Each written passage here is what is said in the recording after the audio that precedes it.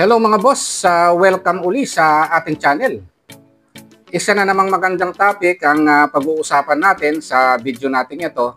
Ito ay ang tungkol sa tanong ng isang viewer natin, paano raw maiiwasan ang pagka-delay ng project. Napaka-importanting topic ito mga boss, lalo na sa mga bago-bagong engineers at sa mga foreman o sa mga nagtatrabaho sa construction. Kahit paano makakatulong itong video natin. Ang unang paraan mga boss para maiwasan natin yung pagka-delay ng project, kailangan siguraduhin nating kumpleto yung mga permits. Yung building permit at iba pang mga permit, dapat makumpleto yan. Ang isa pang nakaka-delay mga boss, no, yung plano hindi kumpleto. Yung pabago-bago ng plano. So, isa yan sa mga nakaka-delay ng project. At ang isa pa, yung hindi tamang paggawa ng schedule. So, dapat yung schedule natin ay tama yung pagkakagawa. Yung sequence ng mga activity, kailangan na tama yan. No? So, kailangan gumamit tayo hanggat maaari ng Gantt chart o per CPM. So, alamin natin kung ano yung critical path doon. Tapos, tutukan natin yung critical path. So, yan kasi yung nagdadala ng duration ng project. Once na hindi natin tinutukan yung mga activity na yan, lalo na yung critical path, which is napaka-importante niyan, yan kasi nagdadala ng duration ng project, may posibilidad na ma-delay yung project natin. No? By the way, meron akong isang video mga boss na discuss ko yung pag-compute ng schedule. No? So, lalo na yung computation ng critical path. No? Gantt chart at saka per CPM, na-discuss ko naman yon. Sana panoorin nyo yung video na yon. No? Ang isa pang nakaka-delay mga boss, no, yung kulang tayo sa komunikasyon sa site. So, kailangan kung meron mga maaring ma-delay, kailangan maaga nating malaman yan. Yung laging pag-monitor, yung quality control at saka monitoring ng accomplishment, yung daily accomplishment, yung weekly accomplishment, kailangan ma-monitor natin yan. So, kailangan gumawa tayo ng S-curve. No? Meron namang planned accomplishment doon at saka actual accomplishment. So, dapat ma-monitor natin yan. No? Meron din akong video mga boss tungkol sa paggawa ng S-curve. Sana panoorin nyo yan. Ang isa pang dahilan mga boss sa pagka-delay ng project ay yung kulang sa tao at saka yung materyales na di-delay. So, dapat ma-monitor natin yung mga yan. No? At para maiwasan mga boss yung pagka-delay, kailangan gumamit din tayo ng mga project management software, no? Kagaya ng Primavera at saka MS Project. No? Ako kasi dati gumagamit ako ng Primavera. Minsan gumagamit din ako ng MS Project, so halos parehas lang yan. Sa malalaking project, kailangan Primavera ang gamitin natin. Sa medyo maliliit, kahit na MS Project o Excel. No? Dati kasi ang ginagamit ko nung hindi pa uso yung Primavera at saka yung MS Project ay Excel ang ginagamit ko. Hanggat maaari gumamit tayo ng mga software na yan. No?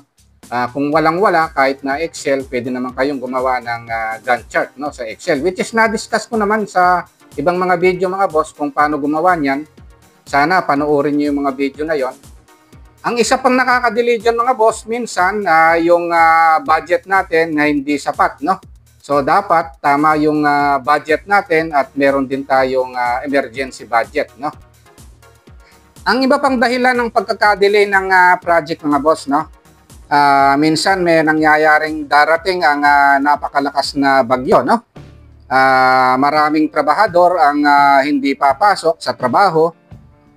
Minsan naman kung papasok sa trabaho, hindi makukuha yung mga tamang accomplishment. So, bababa ang accomplishment natin.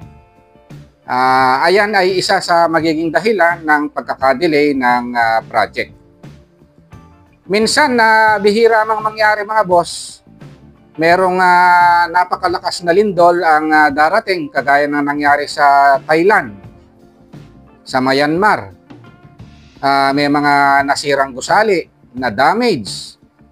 Isa yan sa mga nagiging dahilan kaya madidelay yung project. Ang isa pa, so pag nasiraan tayo ng makina, equipment, kagaya ng crane, concrete mixer, at iba pa. So pag nasira yan, maaaring madelay yung project natin. Ang isa pa na pwedeng ikadelay ng project mga boss, ito nangyayari yung legal dispute sa kontrata. So isa yan sa magiging dahilan ng pagkakadelay ng project. Ang isa pa mga boss, no? Pag merong aksidente nangyari sa trabaho, may namatay, nakita yan ng mga trabahador natin, yung iba, bumababa ang accomplishment, yung productivity rate nila, bumababa. So, ay pwedeng ma-delay, no? Yung project natin. So, maaantala ang trabaho, makikiisyoso yung mga trabahador natin. So, pwedeng ma-delay yung project natin. Ang isa pa na pwedeng ika-delay ng project natin ay ang pagka-delay ng mga subcontractors. O kaya, nagkaroon tayo ng problema sa mga subcontractors, no? Kagaya sa mechanical, electrical, plumbing, at iba pa. So, pag nagka-problema tayo dyan, o kaya, pag na-delay sila, so, pwedeng ma-delay yung project natin. Okay, yun lang mga boss, no? Kung nagustuhan nyo itong video natin, huwag nyo po sanang kalimutang pindutin muna pala yung subscribe. Isama nyo na rin po yung like at saka notification bell. Thank you very much at God bless. Isa pa, ang isa pang pwedeng ika-delay ng project natin, ang isa pa na pwedeng ika-delay ng project natin ay ang pagka-delay ng mga subcontractors.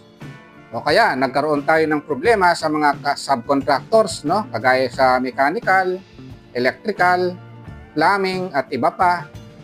So, pag nagka-problema tayo dyan, o kaya, pag na-delay sila, so, pwedeng ma-delay yung project natin.